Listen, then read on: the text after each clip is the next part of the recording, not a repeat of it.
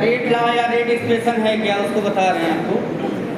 तो rate law, consider a chemical reaction, पहले तो आप समझ लीजिए, एक बार ध्यान दीजिएगा, consider a chemical reaction, consider a chemical reaction.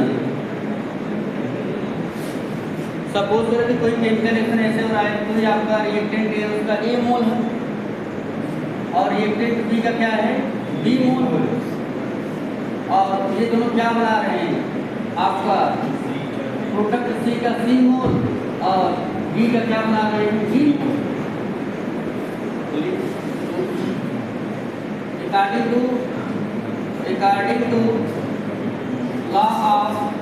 according to law of mass action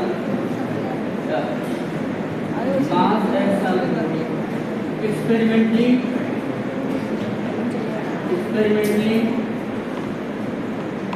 rate of above reaction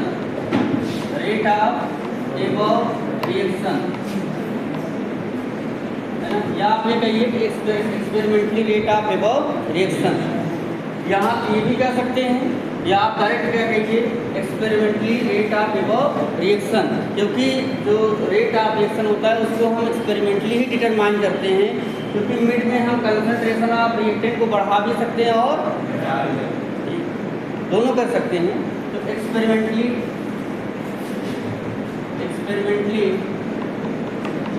rate of above reaction. तो देखिएगा यहाँ से क्या होगा, rate is directly proportional to, rate क्या होता है, डायरेक्टली प्रोपोर्शनल होता है किसके, concentration, product of concentration of reactant. किसी भी रिएक्शन का जो रेट होता है वो रिएक्टेंट के कंसंट्रेशन के प्रोडक्ट के क्या होता है, इक्वल होता है। और हमने मान लिया कि जो इसका यहाँ पे जो कॉपी, यहाँ पे देखिए ए मोल है, यहाँ पे क्या है, बी मोल है।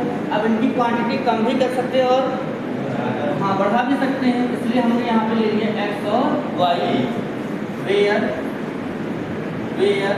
एक्स एंड वाई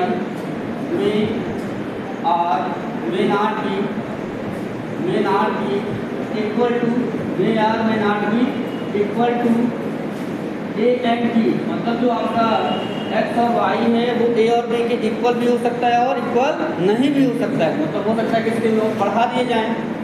अभी यहाँ पे मान लीजिए 2 और 5 है, स्टार्ट में 2 और 5 है, इसको बढ़ा करके 4 और 10 कर दिया जाए, नंबर ऑफ मोल बढ़ भी सकते हैं और घट भी सकते हैं, इसलिए हमने क्या किया, यहाँ पे ए और बी न रख करके क्या रख दिया, एक्स और वाई। तो यही जो एक्सप्रेशन है, यही जो आपको एक्सप्रेशन दिख रहा है, इसी को क्या बोलते हैं, रेट एक्सप्रेशन, और इसी को बोलते हैं रेट लॉ। अब इसको कैसे हम डिफाइन करेंगे, इसको आप आगे भी बढ़ा सकते हैं, जब हम लिखेंगे इंस्टेंटेनियस रेट और एवरेज रेट, वैसे इसको हम ऐसे भी बता सकते हैं। यही आपका क्या है, रेट एक्सप्रेशन। और अब कैसे इसको हम डिफाइन करेंगे देखिएगा, तो रेट लॉ सोचिएगा, rate law is mathematical expression, rate law is mathematical expression of rate of reaction. जैसे ये देखिए, इस रिएक्शन का रेट दिखाया गया ना, इस रिएक्शन का रेट दिखाया गया है, तो किसी भी रिएक्शन के रेट को हम मैथमेटिकली दिखा दें, वही क्या है आपका rate law. Rate law is mathematical expression of rate of reaction in which rate of reaction इसमें क्या होगा, जो रेट ऑफ रिएक्शन है, in which rate of reaction क्या होता है, rate of reaction directly proportional, in which rate of reaction is directly proportional to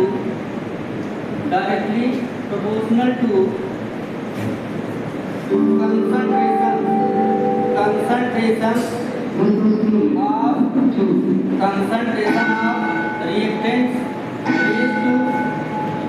raised to each some power,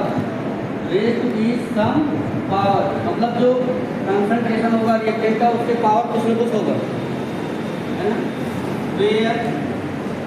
where power may not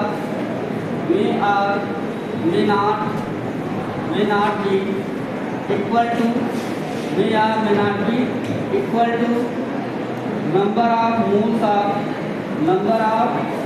moles of reactant, जहाँ पे x और y जो है वो देखिए ये x और y जो है वो रिएक्टेंट के मोल के इक्वल हो भी सकती है और नहीं भी हो सकती है। यही आपका क्या है mathematical expression of rate of reaction. इसको आप ऐसे भी थोड़ा लिख सकते हैं, आर ऐसे क्या लिखेंगे आप, यहाँ पे एक कांस्टेंट हटाएंगे, आर इक्वल टू क्या हो जाएगा K into concentration of A to the power X concentration of A to the power Y. या इसको ऐसे लिख सकते हैं इंस्टेंटेनियस रेट जब लिखेंगे तो minus D concentration R upon क्या हाँ क्या होगा D T equal to K into concentration of A to the power X to the power.